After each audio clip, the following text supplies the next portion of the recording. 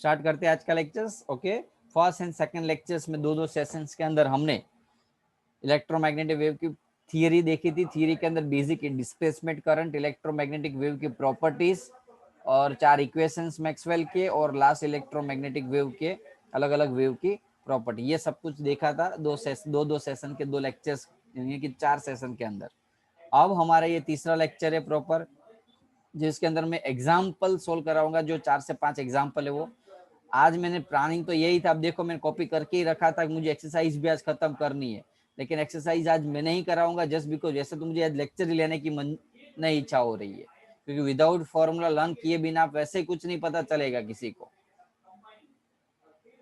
कल मैं extra lecture लेके भी कुछ भी करके ये एक्सरसाइज जब वैसे कराऊंगा तब मुझे क्लियर चाहिए। एक्सरसाइज में सारे सम नहीं कराऊंगा, खाली आपके जो डाउट रहेंगे वो कराऊंगा। तो प्रैक्टिस कर देनी आपको एडवांस में एक्सरसाइज की, जितने भी हो सके उतने सम। चलो एग्जाम्पल पे ध्यान दो। क्वेश्चन 1 सबसे अच्छा कॉम्प्लिकेटेड लेंथी क्वेश्चन है पूरे चैप्टर्स के अंदर, तो थोड़ा सा फोकस रखना पड़ेगा इस चैप्टर के अंदर। क्वेश्चन के अंदर पूरे 10 मिनट ले लेंगे एक ही क्वेश्चन, बाकी के 10 मिनट में बाकी के 4 हो जाएगा, लेकिन ये 10 मिनट खाली एक ही क्वेश्चन में चले जाएगा। चलो ध्यान देते। क्वेश्चन में आपको parallel plate capacitor with circular plate of the radius has a capacitance 1 nano farad है। कैपेसिटेंस आपको दिया है 1 नैनो फैराड है। It is equals to 0. It is connected for the charging in the series with the resistance R with 1 mega ohm across the 2-volt battery. Calculate the magnetic field at the point P, halfway between the center and periphery of the plate, after t is equals to 10 raised to minus 3 second, यानी कि t is equals to 10 raised to minus 3 second दिए। halfway center at the periphery plate, t is equals to 10 to minus 3 second. Okay, now charge का formula दे दिया आपको Q का।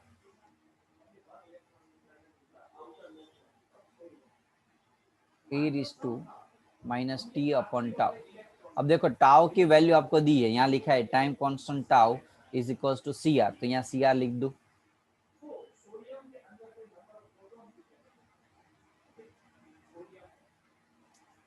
अब मुझे यहाँ Q तो दे दिया, लेकिन फाइंड करना कुछ और चीज पूछी है। फाइंड करने को पूछा है मुझे इलेक्ट्रिक फील्ड। ध्यान रखो क्या फाइंड करना था, कहाँ कहाँ गया। कैलकुलेट द मैग्नेटिक फील्ड, मुझे फाइंड करना है मैग्नेटिक फील्ड। कैसे निकालोगे बच्चों, क्वेश्चन थोड़ा कॉम्प्लिकेटेड है। मुझे मैग्नेटिक फील्ड निकालने के लिए मैं सर्किट लॉ यूज करूंगा, B into d L mu naught. क्या था फॉर्मूला बोलो? सिग्मा आई। तो सिग्मा है IC प्लस ID था फॉर्मूला ये मैक्सवेल का, यस सर। सर्किट लॉ का। अब यहाँ यदि कैपेसिटेंस में जब करंट पास हो रहा है तो क्या कंडक्शन करंट होगा? हम खाली इतने भाग की बात कर रहे हैं, तो क्या इसके अंदर कंडक्शन करंट होगा? नहीं। तो बता सकता है डिस्प्लेसमेंट करंट कहाँ होता है, कंडक्शन करंट कहाँ होता है? बोलो, डिस्प्लेसमेंट करंट कहाँ होता है, कंडक्शन करंट कहाँ होता है? बोलो। डिस्प्लेसमेंट करंट कैपेसिटर के बीच में होगा, और कंडक्शन वो वायर में। Okay good. तो जब वायर में करंट पास हो रहा है तब डिस्प्लेसमेंट करंट 0 होगा, और कंडक्टर के अंदर जब करंट पास हो रहा है तो कंडक्शन करंट 0 होगा। और दोनों की वैल्यू कितनी होती है? Same, equal. तो एक चीज ये खास ध्यान रखो, लेकिन इसका मीनिंग ये नहीं कि दोनों सेम है तो एक साथ आएंगे। जब आईडी होगा तो आईसी 0 और आईसी होगा तो आईडी 0, दोनों एक साथ कभी पॉसिबल नहीं है। फॉर्मूला भले ऐसे लिखा हुआ आईसी प्लस आईडी, लेकिन if IC is present then ID is 0, then ID is present then IC is 0, keep in mind. तो ये फॉर्मूला बन जाएगा हमारा ऐसा, magnetic B length integration of length, यानी कि 2 पाई आर आएगा बच्चों। Integration of length, total length कितनी होगी? तो यहाँ सर्कुलर प्लेट होती है, देखो वर्ड यूज किया है सर्कुलर प्लेट। सर्कुलर प्लेट का फॉर्मूला, एरिया का formula 2 pi R, total length का, सॉरी टोटल लेंथ यानी कि सर्कमफ्रेंस। बच्चों ये कैपेसिटर है, उसकी लेंथ कितनी होगी टोटल? आर रेडियस हो यदि, तो 2 पाई आर होगा, हाँ कि ना? Yes sir. इंटीग्रेशन Yes, ऐसा में लिखो, इंटीग्रेशन ऑफ डीएल यानी कि क्या, टोटल लेंथ हुई, डीएल डीएल डीएल छोटे छोटे डीएल डीएल डीएल डीएल, तो टोटल लेंथ 2 पाई आर लिख सकता हो। क्यों? क्योंकि यदि समझ लो इस कैपेसिटी की बात करते हैं, इतना डीएल, ये डीएल, ये डीएल, डीएल डीएल डीएल छोटे छोटे छोटे भाग का एडिशन करो, हो जाएगा पूरा। बोलो बच्चों। Yes sir. ओके, डाल दो value, is equals to mu naught. बोलोगे सर आईडी तो नहीं है, तो कोई बात नहीं, आईडी निकालते हैं। तो आई का फॉर्मूला क्या था? आई का एक फॉर्मूला है, e naught d phi by D t, याद हो तो। ये आई का फॉर्मूला हमें यूज करना होगा। ओके, अब इसके अंदर प्रॉब्लम अभी भी है, क्योंकि यहाँ फ्लक्स फाई नहीं दिया हुआ है, तो फ्लक्स का फॉर्मूला क्या होगा बच्चों? ई इंटू ए, हाँ कि ना? Yes sir. अब प्रॉब्लम है एरिया है, तो इलेक्ट्रिक फील्ड ई नहीं है, तो ई का फॉर्मूला पैरेलल प्लेट के का cube sigma, R. Sigma by epsilon naught, parallel plate capacitor का, हाँ ना? बोलो। Yes sir. अब प्रॉब्लम ये है कि अभी सिग्मा नहीं है, तो सिग्मा का फॉर्मूला डाल दो, क्यू बाई है। समझ में आ रहा है बच्चों? yes sir. यहाँ से हमें अलग अलग टर्म्स से सारे टर्म्स मिल जाएगी, यानी कि वैल्यू मिल जाएगी। कोई डाउट? अब मुझे यहाँ जो वैल्यू डालेंगी, यहाँ तक मैं पहुंच जाऊँ, पहले क्या निकालूंगा? क्यू, क्यू से क्यू के बाद यहाँ वैल्यू डाल के ई निकालूंगा, ई निकालने के बाद फ्लक्स फाई निकालूंगा, बाद में उसका डिफ्रेंसिएशन कर दूंगा। Got it? तो कहाँ से चालू? एक क्वेश्चन आप जब आप खुद सोल्व करने बैठोगे, यदि कॉपी मार के लिखोगे या देख के लिखोगे, तो आपका रट्टा मारने सिस्टम जैसी हो जाएगी। लेकिन यदि लॉजिकली जाओगे तो देखो क्या फाइंड करना है, तो जो फाइंड करना था उसका फॉर्मूला मैंने ये लगाया। अब उसके अंदर आईसी और आईडी था, करंट हमें डिस्प्लेसमेंट चाहिए था, तो कंडक्शन 0 ले लिया। अब आई करंट, आई नहीं था, तो आई का formula epsilon D phi by D T, flux phi नहीं था, तो फ्लक्स का फॉर्मूला ई इंटू ए, ई नहीं था तो सिग्मा अपॉन एप्सिलॉन, सिग्मा नहीं था तो क्यू बाई ए। अब सारे टर्म्स आ गए, देख लो नॉन टर्म्स। अब यहाँ से स्टार्ट, भले इतना टाइम लगेगा, नो डाउट आपका ये सम सोल्व आउट करने के लिए टाइम लगेगी। ये सम आपको रट्टा नहीं मारना पड़ेगा, ऐसे कुछ भी सम, कोई भी सम आप कर लोगे बाद में एग्जाम में। समझ में आ रहा है कहाँ से कैसे सम सोल्व करना होता है, ऐसे बड़े बड़े सम? तो चलो क्यू से स्टार्ट करते हैं, सी इंटू वी। सी कितना दिया हुआ है बोलो? 1 नैनो फेर। वी कितना दिया हुआ है? C into V, V hello 2 volt. 1 minus e raise to minus t. C into R कितना होगा? सी कितना है देखो, एक मिनट हो, ये बंद हो गया है, एक मिनट एक मिनट एक मिनट एक मिनट एक मिनट।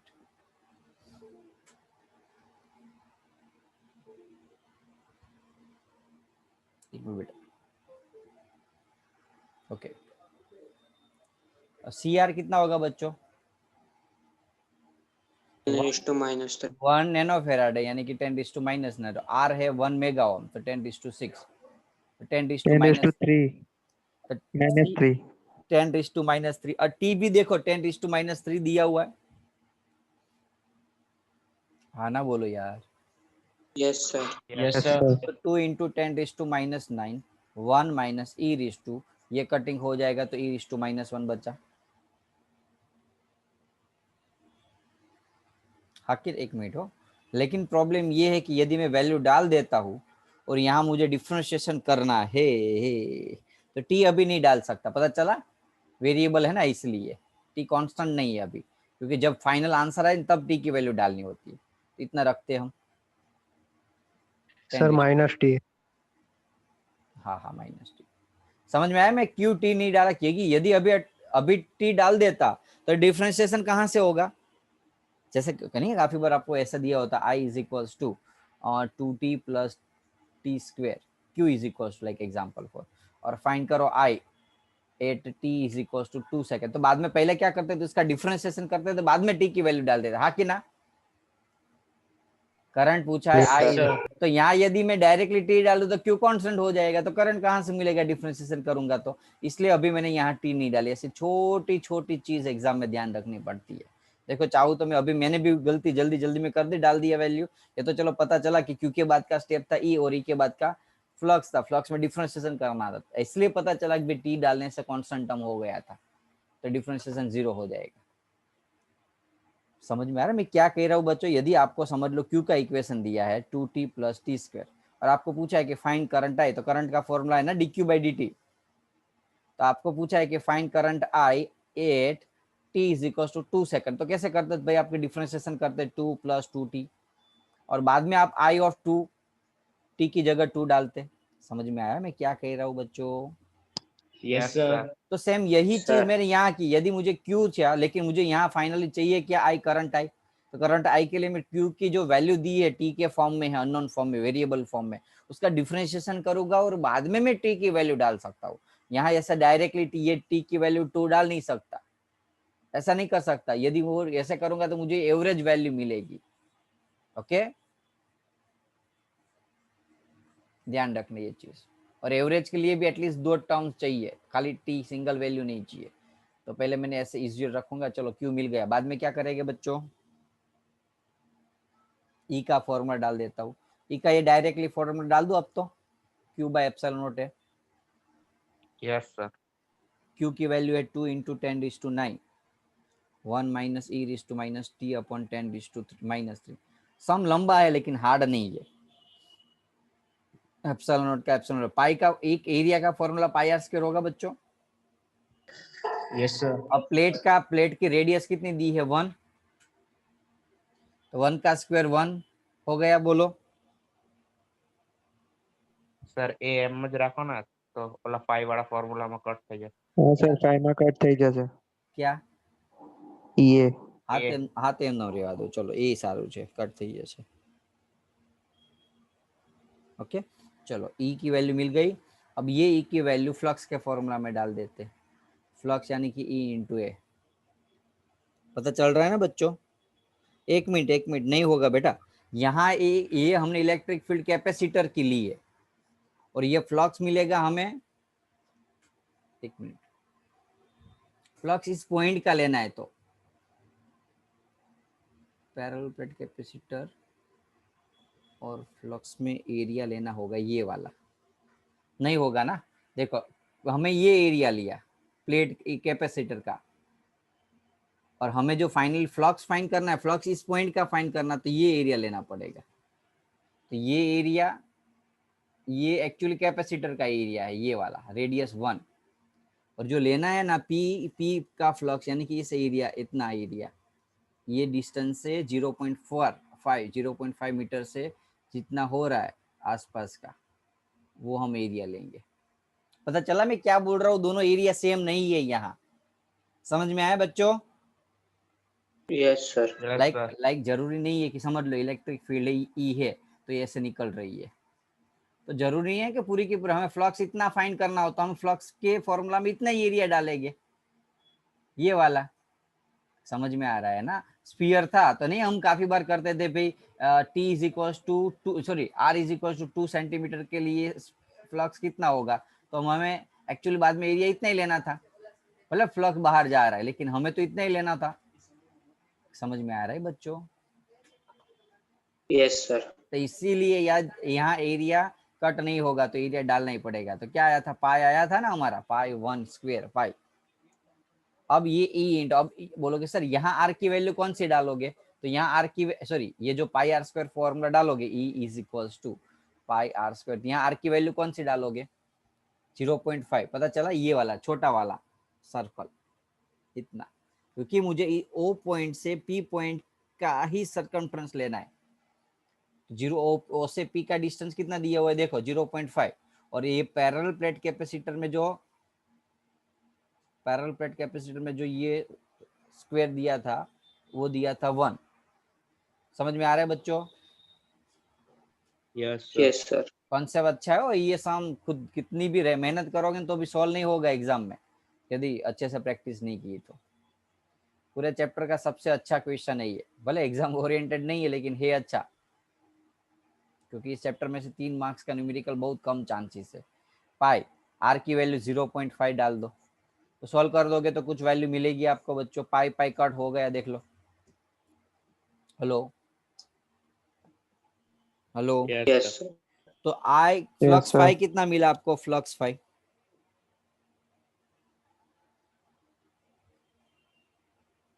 फ्लक्स फाई तो 2 इंटू 10⁻⁹ एप्सिलॉन की वैल्यू डालनी हो तो डाल दिए थे, वो बाद में डाल देते शायद कुछ कट हो तो। यहाँ एप्सिलॉन आ रहा सर है वहाँ ना, पे कट हो तो हाँ जाएगा। यहाँ कट हो गया, इसलिए वैल्यू रहेंगे तो।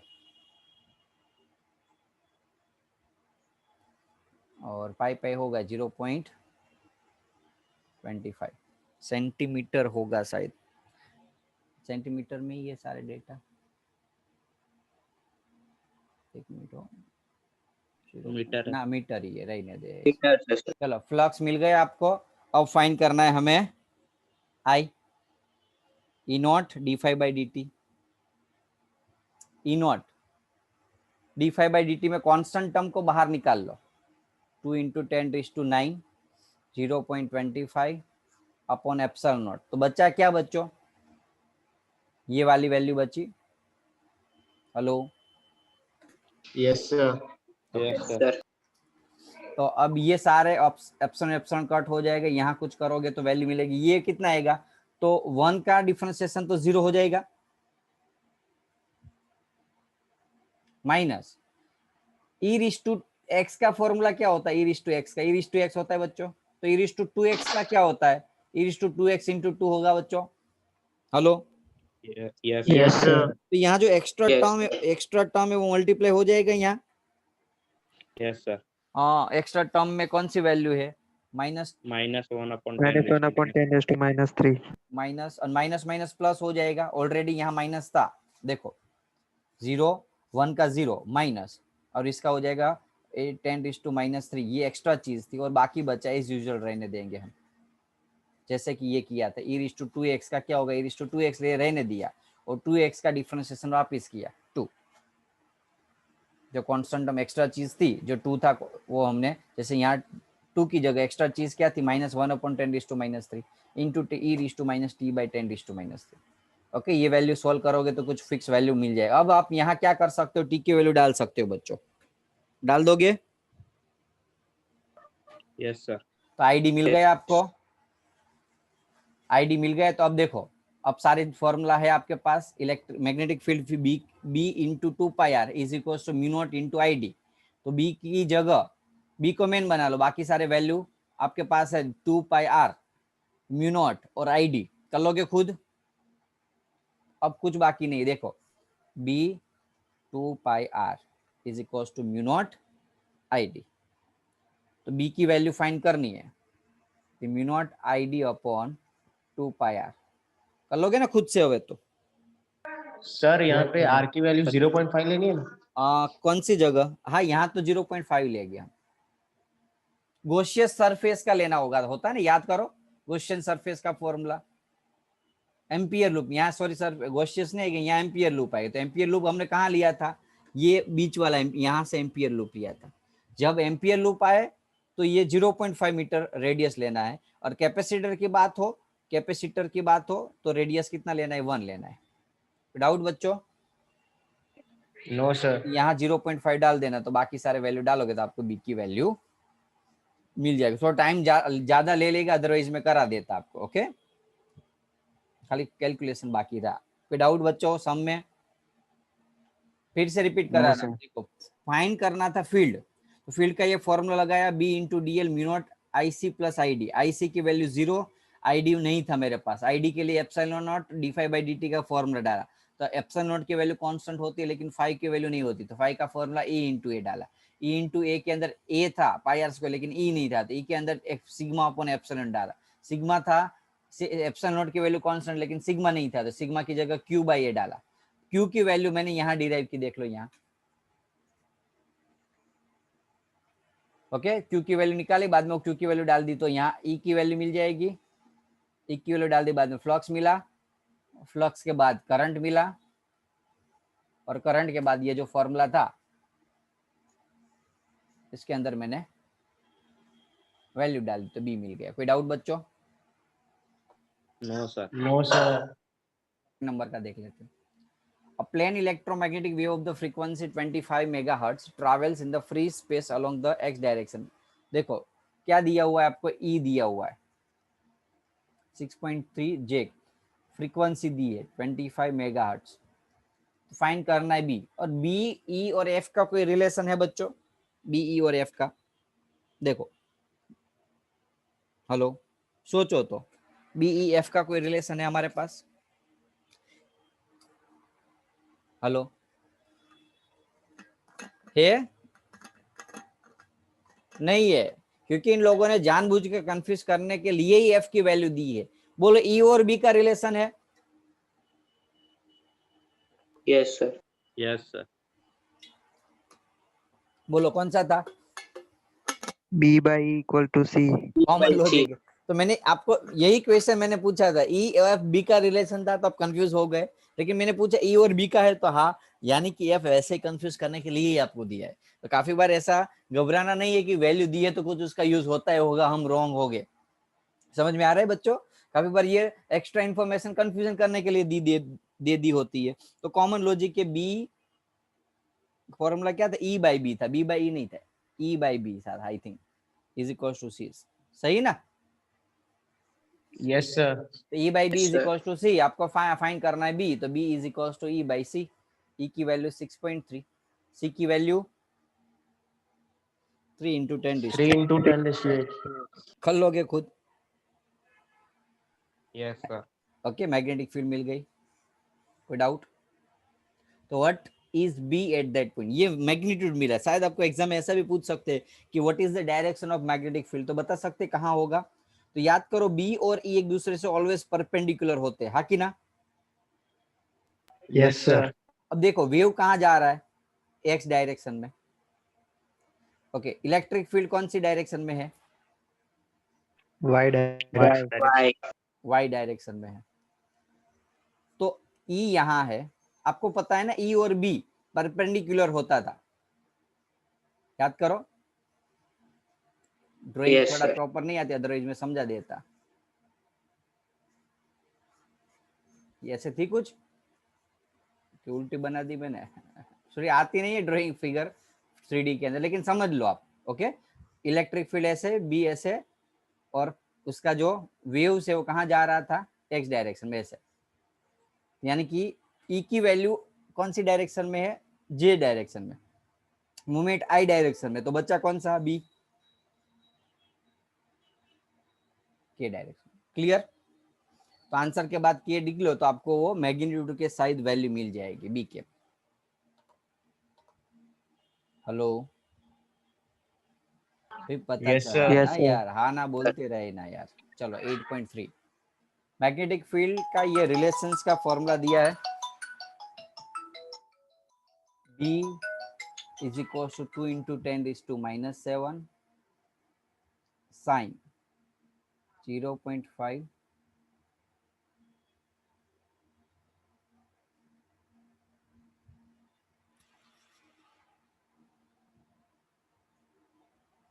चलो बोलोगे सर ये ऐसी वैल्यू है तो कुछ पता नहीं चला, तो चलो कोई बात नहीं। आपको ओरिजिनल फॉर्मूला याद है? आपको ओरिजिनल फॉर्मूला Yes, याद है? sir. कहाँ से याद होगा, लर्न किया ही नहीं है काफी सारे ने, तो बोलो। B naught sin kz minus omega t. Very good. अब देखो यहाँ z की जगह x भी हो सकता है, मैंने आपको बताया था उस टाइम में, फॉर्मूला लिखाया था। वो एक डिस्टेंस है, वो z भी हो सकता है, x भी हो सकता है, y भी हो सकता है, उससे आपको टेंशन लेना नहीं है। ओके, फिक्स नहीं कि यहाँ z ही होना चाहिए। याद करो जब समझाया था तब, वीडियो देख लेना, ऐसा हो तो एक बार अपलोड करूँ तो। Yes, sir. ओके, ऐसा लगे Yes, कि sir. तो तब मैंने बता दिया वो कुछ भी वैल्यू, तो यहाँ x दिया तो अब x के फॉर्म में लिखना, y दिया होता तो y के फॉर्म में लिखते हैं। चलो एक तो पता चल गया कि ये जो वैल्यू है वो k की वैल्यू है, हाँ कि ना? Yes sir. Yes. Yes, k sir. Is equal to क्या था? याद करो, मैंने एक चीज लिखाई थी फॉर्मूला के बाद, k इज equal to 2 pi by omega. Lambda. 2 pi by lambda. तो k की वैल्यू आपको है 0.5 इंटू 10⁻3। k की वैल्यू क्या दी है? तो कंपेयर करोगे तो लैम्बडा मिल जाएगा बच्चों, 2 इंटू पाई 0.5 इंटू 10⁻3 सॉल्व करोगे तो बोलो बच्चों के डाउट्स? लैम्बडा मिल गया जो क्वेश्चन में पूछा था, what is the Yes, wave sir. Length, what is the wavelength, मिल गया फर्स्ट क्वेश्चन। फ्रीक्वेंसी फाइंड करनी है बच्चों, तो फ्रीक्वेंसी के लिए यहाँ देखो टी के साथ क्या टर्म से ओमेगा है। Hello, yes sir. तो ओमेगा को कंपेयर करो, ओमेगा इज इक्वल टू क्या मिला, ये फर्स्ट का ए नंबर का फर्स्ट और ये second, omega is equal to 1.5 into 10⁻11, omega is equal to 2 pi f. मिल गई फ्रीक्वेंसी, एफ को मेन बना लो, तो 1.5 into 10⁻11 upon 2 into pi, pi की वैल्यू 3.14, सोल्व करोगे तो एफ की वैल्यू मिल जाएगी। तो लैम्बडा, वेवलेंथ और फ्रीक्वेंसी मिल गई, फ्रीक्वेंसी भी मिल गई। अब दूसरा फाइंड करना expression for the electric field. अब इलेक्ट्रिक फील्ड तो नहीं है, लेकिन मैग्नेटिक फील्ड देखो, कंपेयर करो बी नॉट को, कितना मिला, बी नॉट को आप कंपेयर करोगे तो 2 इंटू 10⁻⁻7 मिला बच्चों। तो क्या इससे Yes, E sir. नहीं मिल जाएगा, अभी तो ऊपर करवाया हमने, E is equal Into to C. B into C हो जाएगा, B is equal to E by C आया था, तो E is equal to B into C. B की वैल्यू कितनी है, 2 इंटू 10⁻7, सी की वैल्यू 3 इंटू 10⁻8 होता है ना। સર એ બી નોટ છે ને, सो Yes, sir. બી નોટ છે ને એ તો 2 into 10⁻⁻7 એટલે સર બી અને બી નોટ અલગ અલગ નથી તો આપણે અહીંયા ઈ નોટ જ ફાઇન્ડ કરવાનું છે ને, અહીંયા क्या આપણે બી નોટ ફાટા યુઝ કરી સર તો Sir, ઈ નોટ અને બી expression નોટ નો find તો करना है. રિલેશન અલગ છે, 1 upon under root E naught B naught. Find the expression, कोई बात नहीं, लेकिन ई नोट देखो, एक्सप्रेशन के लिए भी ई नोट का फॉर्मूला लगाओ, सॉरी ई का फॉर्मूला लगाओ, E is equal to E naught की जरूरत नहीं पड़ेगी यार, Yes, sir. तो वो तो कर रहा हूं मैं, अभी एक्सप्रेशन निकालने के लिए ई नोट की तो पहले जरूरत पड़ेगी ना। समझ में आ रहा है कि नहीं, हाँ कि ना, यस सर। तो वो निकाल रहा था अभी मैं। ओके, तो ये वैल्यू निकालने के बाद ये कितना आ रहा है, 2 3 या 6 और 10⁻1। ओके, तो ई नोट मिल गया, तो अब एक्सप्रेशन भी मिल जाएगा, E is equal to E naught, formula क्या था, sine Sin kz minus omega t. K x omega t. अभी यहाँ एक्स लिखा है तो जेड की जगह एक्स है तो एक्स लिखा, और प्लस है तो प्लस लिख देता हूँ।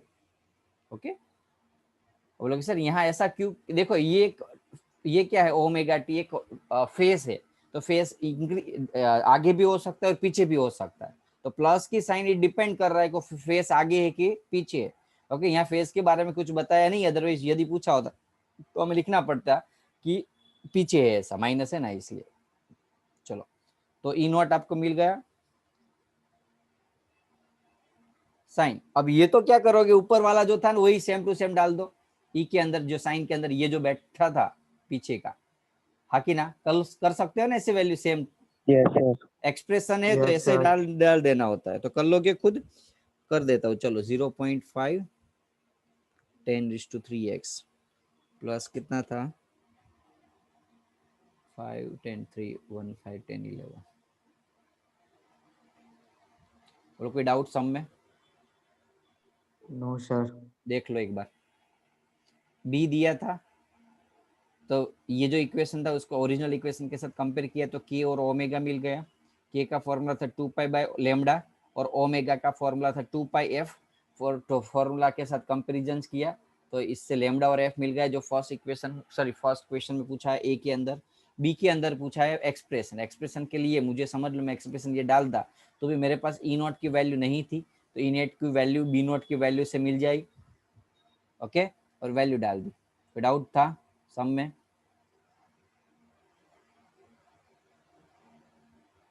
नहीं है ना, थर्ड नंबर में। No sir. चलो नेक्स्ट ले लेते हैं। लेस देन 1 मिनट बची, एक काम कर दो, रीजॉइन कर दो लेक्चर्स को फटाफट से। आज क्यों इतना जल्दी फटाफट टाइम चला गया।